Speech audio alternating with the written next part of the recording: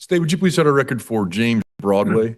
Yes, Your Honor. Thank you. This is State of Indiana versus James Broadway. There are two cause numbers, 64D01-2602F61333 and 64D01-2602F61636. The defendant is present in court in person by video conferencing without counsel. State of Indiana by Gary Gurman. Morning, Mr. Broadway. Can you hear me okay? So first, I'm required to advise you of your various rights in this matter. You have the right to hire an attorney to represent you. You have the right to have an attorney appointed to represent you if you cannot afford an attorney. You have the right to a public and speedy trial by jury, and you have the right against self-incrimination. That means you could not be forced to make any statement or testify against yourself at any hearing or trial held in this matter. You understand those rights as I've just gone through them? Sure. Okay, and you've been charged here in F61333 with one count. This cause states that on or about February 4th, 2026 in Porter County, you did knowingly or intentionally, it's actually on February 5th, 2026 in Porter County, that you did knowingly or intentionally exert unauthorized control over a Laura Geller Compact Foundation belonging to a Jennifer Badola by taking the package from her porch and with the intent to deprive her of any part of the property's value or use. And then upon a criminal records check, law enforcement determined that you have a prior unrelated conviction for theft or conversion from 2018 in Porter County. You understand the allegation? Yes, I returned that package to. Sir, do you understand what they allege you did? Yes, and I returned it to the police officer, and he said he was not going to charge me with anything. What's important for me to know is that you understand what they allege. Yes. Okay. And it's charged as a level 6 felony, which carries a possible sentence of 6 months to 2.5 years in prison and up to a $10,000 fine. You understand that possible penalty? Yes, I want to go pro se. Okay, let me get into the next part first. But I just First, I'm going to enter a preliminary plea of not guilty for you on count 1. And then the state filed on February 25th a habitual offender enhancement. Have you received a copy of that? I haven't received nothing. Can I say something? Go ahead.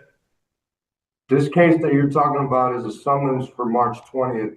We're not even talking about why I'm here when I got transferred. That's what I don't understand. That's why I fired off at you. Yeah, I understand, Mr. Broadway. Like I explained the first time we met, the summons went out, but because you were already in jail, they wanted to make things convenient. So they just wanted me to do the initial hearing while you were already in custody, which was fine with me. So the February, what was it, 20th or whatever date the summons date was, that was vacated. March 20th. So you don't have to be here on March 20th. That date was vacated. That means your speedy trial is something that I'm still talking about why I'm here. From Speedway and the possession charge was Clymer transferred me to you for that charge. And none of that is being discussed right now. I have 3 different cases going on. I got a Toadies case with false informing, and we got pulled. We didn't even get pulled over. We ran out of gas, and they said they were going to help us. And then now I came here, got re-OR'd on say. So I just want to go home, sir. Hey guys, and welcome to today's video. Today we have 2 hearings to cover, one of which is an update on a recent courtroom meltdown. We're going to start with that update where we have a defendant facing charges for allegedly taking something from another person's porch. The last time we saw this guy, he ended up with 6 months in jail after yelling and cursing at the wrong judge. So let's get started. And we can do this. Broadway. You keep doing a couple things which you need to stop doing. One is that you keep talking about your defenses out loud in front of the prosecutor. You should not do that. You should only talk to about your defenses in front of your attorney. If you're going to represent yourself, you need to do that in some proceeding other than in front of me, because I don't need to hear any defenses until your cases go to trial.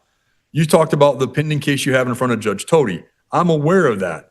You've got the pending matter in front of Judge Tody. That's why when I'm done with the hearings that I have to complete with you today, I'm going to transfer your case to Judge Tody because he's got cases. Also, Judge Clymer transferred your case to me. I should never have had that case. It should have gone to Judge Tody because he's got the pending case, the first pending case. Okay.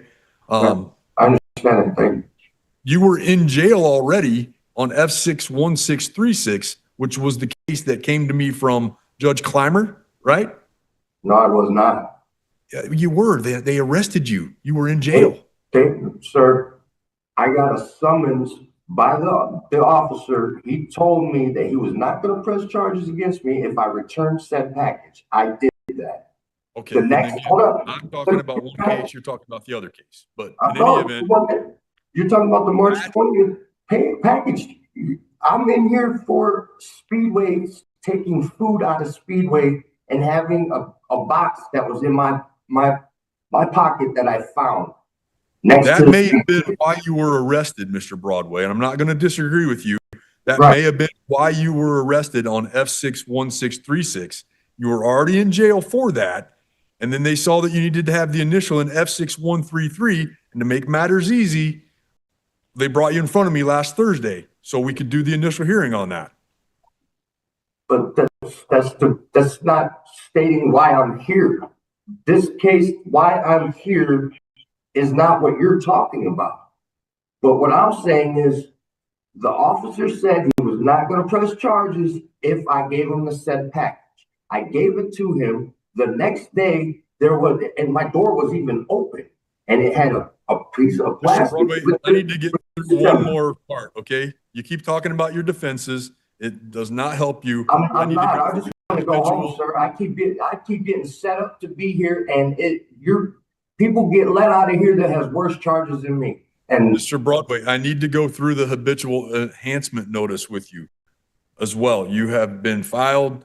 The state has filed a habitual offender enhancement notice on February 24th, 2026. I would like to go through it with you.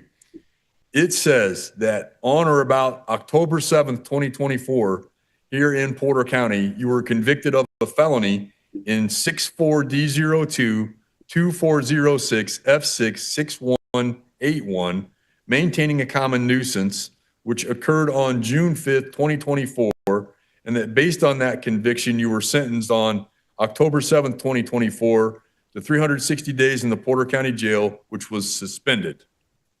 They also say that on June 25th, 2018, in Porter Superior Court 6, you were convicted of auto theft in 64D06 1801 F6 603, which was committed on January 18th, 2018, and that based upon that conviction, you were sentenced on June 25th, 2018 to 365 days in the Porter County Jail.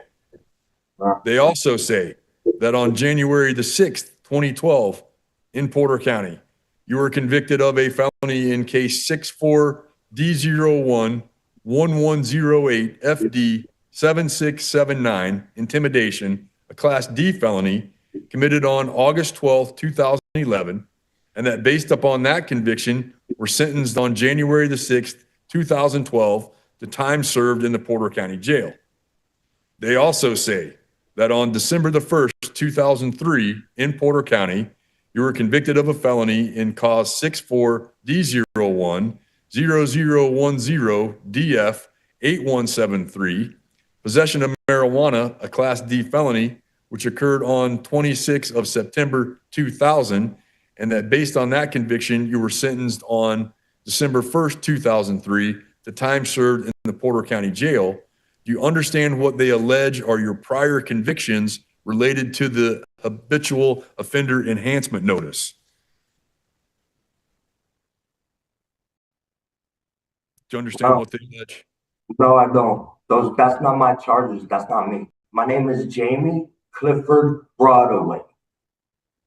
Not James Clifford Broadway. Jamie Clifford Broadway. Well, that's probably not going to happen anytime soon. At least not until you finish serving that 6-month sentence for contempt of court. My name is Jamie Clifford Broadway. Get that right.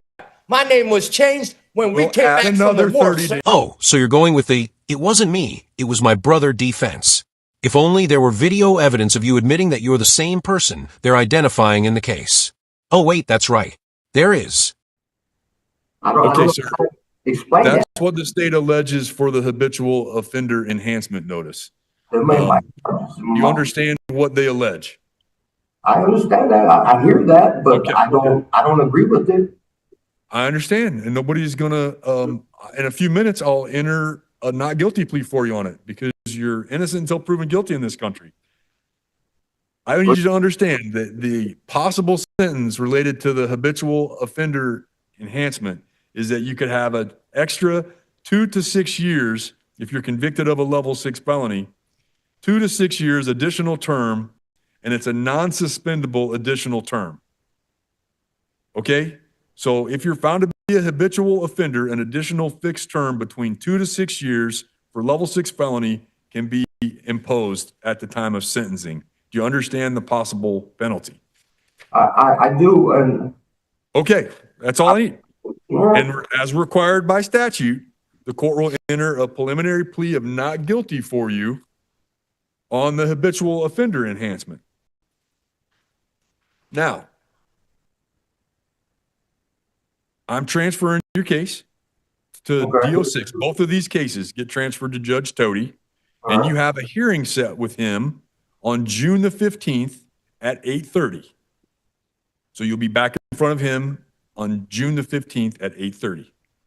And you should have copies of the order that I signed yesterday, or I'll sign today if I haven't signed it.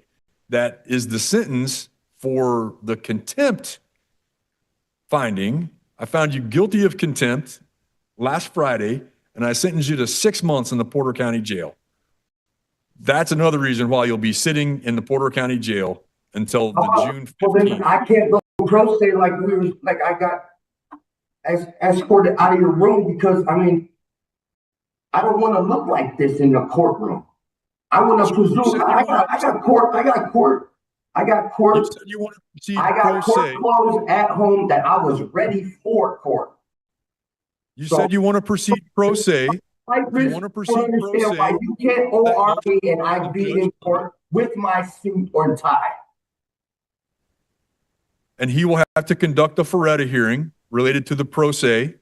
But in the meantime, I believe I have a duty to make sure you have an attorney within 20 days of being arrested. I don't want an attorney, And sir. I'm going to appoint the Porter County Public Defender Service I for don't you. want that. I'm my own attorney. You know that. So does Judge Tody. I don't It's think so you can get through a simple. Feretta It hearing, is so simple. I'm not a flight risk. You all know where I live at. I'm sorry you're for in jail raising now my because voice, I sentenced but you I'm always put as a 6 months different in this place. for your contempt last Friday. I transferring the don't case. call We that have a being hearing on June the You said 15th. something about Go chickens, to sir. Judge Cody. That is and not we're adjourned. professional. We're adjourned, You sir. gotta have more me and nothing. I'm not. Well, that's the end of that one. And I'm not entirely sure I'd consider you the leading authority on judicial professionalism, but enjoy your time behind bars. Now we move on to our next defendant, who is facing charges for allegedly assaulting store employees after they had the audacity to ask him to pay for the items he was trying to leave with. Court will call People versus Ryan Wagster, 26 CR 323. Hello, sir. Are you Ryan Wagster? Yes, sir, I am. Did you understand your rights in the advisement? Yes, Have you ever been in the U.S. military? no, Charges are third degree. Actually, it looks like maybe the charges are still being decided. But allegations are third degree assault and attempted robbery. Do you understand the nature of the allegations? yes, I reviewed the affidavit. I found probable cause for the arrest. I will issue the protection order. This is a VRA matter. Do not harass, molest, intimidate, retaliate against, or tamper with any victim or witness. Vacate the home of the victim. Stay away from the home of the victim, but also stay away from any location that the victim might be found. No contact whatsoever, and do not directly or indirectly communicate with the victim. No contact whatsoever, based on the fact that this occurred at her business, Ms. O'Hara, even if I did know the home address, I would not list it. Any quarrel with that? No, Your Honor. All right, bond argument, Ms. O'Hara? Your Honor, the defendant does have a very lengthy criminal history dating back into the 90s, and it does include felony attempted second-degree assault, attempted burglary, a menacing as a felony, a second-degree assault as a felony, along with other misdemeanors on his record, thefts, harassments, violation of protection orders, things of that nature. Obviously, the facts of this case are very concerning to the people based upon the fact that the victim in this matter, as well as Mr. Perez, were simply doing their job and working at the Family Dollar, and were attempting to confront the defendant about the potential for a theft when the defendant punched the victim. So obviously that is very concerning and is an extremely aggravated case, I guess. It went from what could have been a simple theft to now something much more serious, and it could be something even more serious. I don't know the extent of the injuries to the victim, if there was anything more substantial. But based upon all of that, I am asking for a $25,000 cash or surety bond with pretrial. Bond argument, Mr. Duran? Thank you, Judge. What I can say, as the court's well aware, is that this case is alleged to have been from May of 2025, and there was, it appears, recent identification attempts based on the detectives from Greeley Police Department in the affidavit. What I can say is there hasn't been additional cases or law enforcement contact or anything at this time. As far as we know, Mr. Wagster was compliant with officers. I can say that most of what the district attorney noted in the argument were, from what I could see, misdemeanor, previous criminal history, unrelated previous criminal history to this type of charge, and, as she noted, relatively old. I can also say that Mr. Wagster lives in a house here in Greeley that he owns. He's going through a lot with that home, though. Someone apparently tried to quitclaim the deed for the home illegally, and Greeley Police is investigating that on behalf of Mr. Wagster.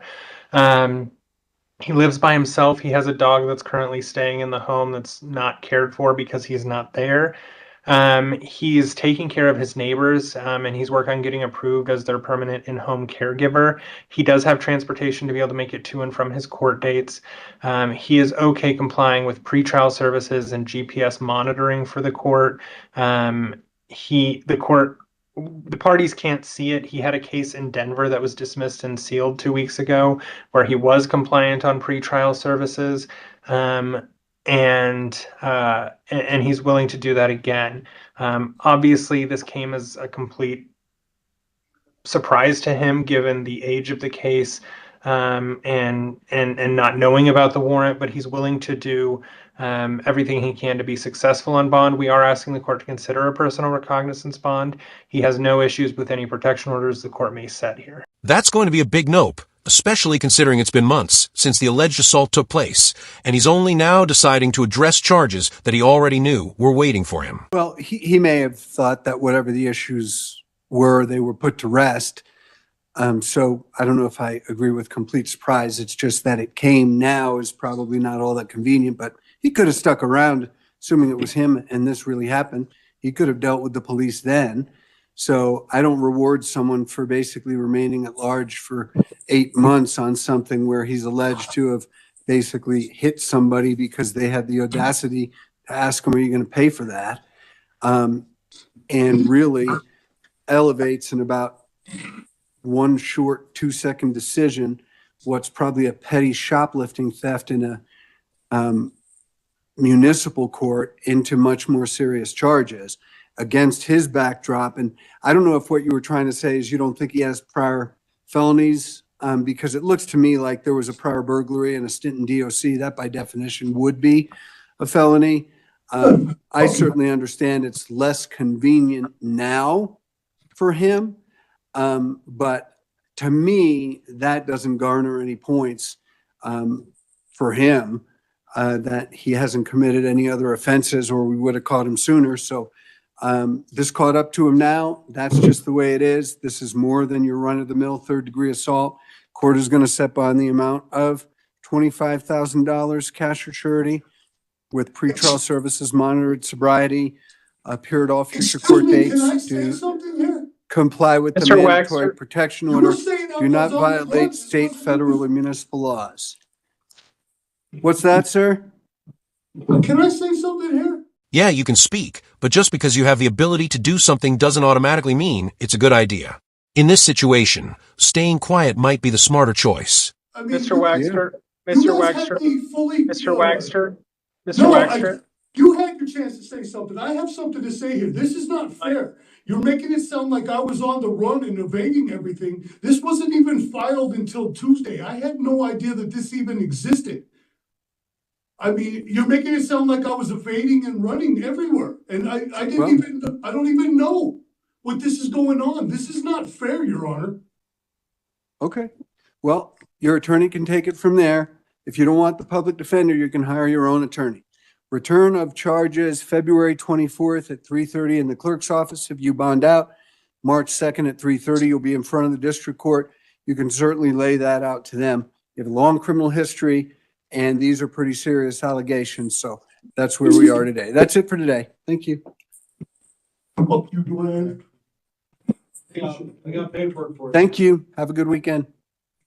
You as well. Hey, Come back over here. this is fucking bullshit, bro. You heard what he just said, right? That I was evading and running for a year. They didn't even file these charges until Tuesday. I don't even know what they're talking about, bro. Just come in here and have a seat so I can get the protection. I don't even know what they're fucking talking about, man. Fuck that dude, man. You want to see?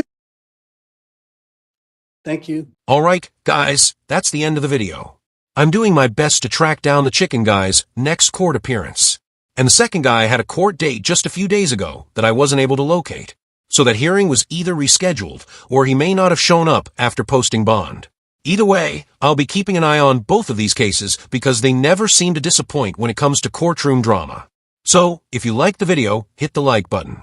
If you didn't, hit the dislike button. But don't forget to leave a comment below and subscribe with notifications turned on so you don't miss any of my future content.